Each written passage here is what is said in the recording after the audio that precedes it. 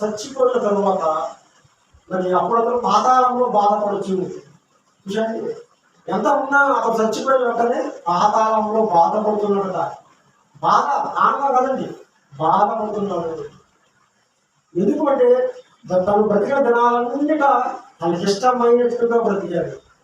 దేవుడు చెప్పిన మాటను పక్కన పెట్టాడు. దేవుడు చెప్పిన మాట ప్రకారంగా బ్రతకలేదండి. తనకి ఇష్టమైనట్టుగా బ్రతికాడు కనుక అతను వేదన అనుభవిస్తున్నాడు.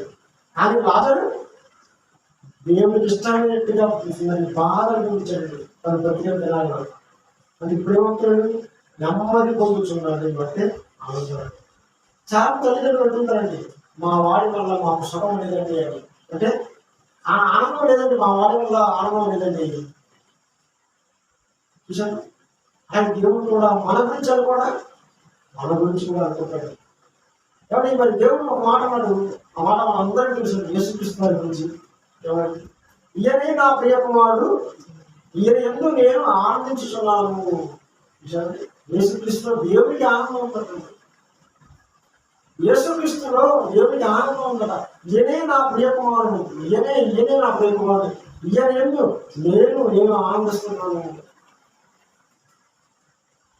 యేసుక్రీస్తులో దేవుడికి ఆనందం ఉందండి. మరి ఈరోజు మనలో దేవుడికి ఆనందం ఉందా అని ఒకసారి మనం ఆలోచించాలి. నిజమైన ఆనందం ఎక్కడ మనం ఆలోచించే ముందు అసలు మనలో దేవుడికి ఆనందం కలుగుతుందా అన్నది మనం ఆలోచించాలి. లేదండి, దుఃఖం కలుగుతుంది, వేదన, ప్రార్థన, గుండె నొప్పి. ప్రారంభంలో మనం ఉన్నామని గుండె నొప్పి తెప్పించారండి దేవుడికి. గుండె నొప్పి, హార్ట్ అటాక్.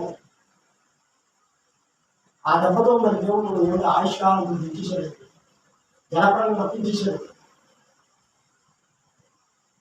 కనుక మనం ఆలోచించాలి, నిజమైన ఆనందం ఎక్కడ ఉంది అని అంటే ఈ భూమి మీద 60-70 ఏళ్ళ బతుకులో లేదండి. ఏదో ఆనందాలు ఉంటాయి, ఆనందపడతాం, తర్వాత మళ్ళీ తక్కువ. అంటే ఎత్తు పల్లాగా కష్ట సుఖాలు ఇవన్నీ సహజం ఉంది. కానీ శాశ్వతమైన ఆనందము, నిజమైన ఆనందం అన్నది భూమి మీద లేదండి. ఎక్కడ ఉందంటే దేవుని దగ్గరే ఉందండి. దేవుని దగ్గర ఉందండి. అది ఎలా వస్తుంది అంటే దేవునితో మనం ఉండాలి. దేవునితో మనం ఉన్నప్పుడు నిజమైన ఆనందాన్ని మనం పొందుకుంటాము. ప్రభువునందు ఆనందించుడి అని దేవుడు మనం పొందుకుంటాం. ప్రభువునందు ఆనందించుడి, ప్రభువునందు మీరు ఆనందించుడి, ఆనంద కలండి అని దేవుడు మనం చదువుకుంటాం. మరలా చెబుతూ మరలా ఆనందించుడి అని అంటాడు. అంటే ప్రభువులో మనకు ఆనందం ఉందా? ఉంది. ప్రభువులో ఆనందం ఉందండి మనకి. ఒకటారు లేదు కదా, ఉండండి. ప్రభువులో మనకు ఆనందం. మంచి మాట చూడండి, బైబిల్లో ఒక మంచి మాట మరి దేవుడు చెప్పారు. ఆ మాట మనం చూస్తుంది. మరి ఆనందం, నిజమైన ఆనందం ఎక్కడ ఉందో మనకు తెలియాలి. కీర్తనలు 1వ అధ్యాయం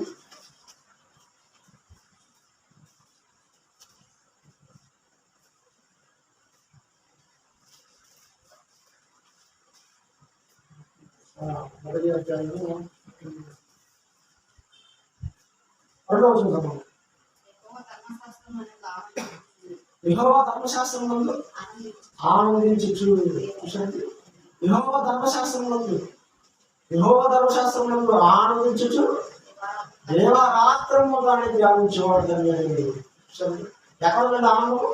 యెహోవా ధర్మశాస్త్రం ముందు, యెహోవా ఆజ్ఞ ఎందు, యెహోవా కట్టడం ఎందు, చట్టం ఎందు, లేఖనం ఎందు ఆనందం ఉంది అంటాడు. ఆనందం ఉంది. ఆనందం ఎక్కడంటే యెహోవా ధర్మశాస్త్రం ముందు ఆనందించండి అంటున్నాడు. అంటే అర్థం ఏంటి? ఆనందం ఉంది అక్కడ, ఆనందం ఉంది. బైబిల్లో లేఖనాల్లో ఆనందం ఉందా కదా? దేవుడు చెప్పిన మాట బట్టి లేఖనాల్లో ఆనందం ఉందండి. ధర్మశాస్త్రంలో నువ్వు ఆనందించు అంటున్నాడు. అంటే ధర్మశాస్త్రంలో ఆనందం ఉంది. ఈరోజు లోకంలో చదువుకున్నటువంటి చదువులో